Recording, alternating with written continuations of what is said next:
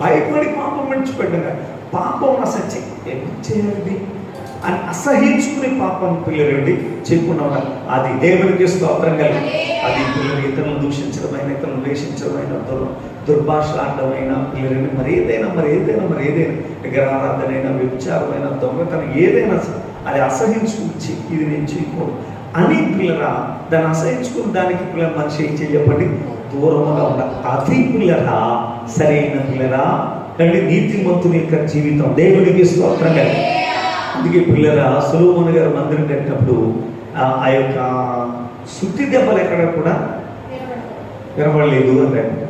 అలాగే బలిపీఠం కట్టేటప్పుడు సుత్తి పిల్లర వాడని పిల్లర రాయి అంటే ఆ నీటిలో పిల్లలు తయారైన రాయి తప్ప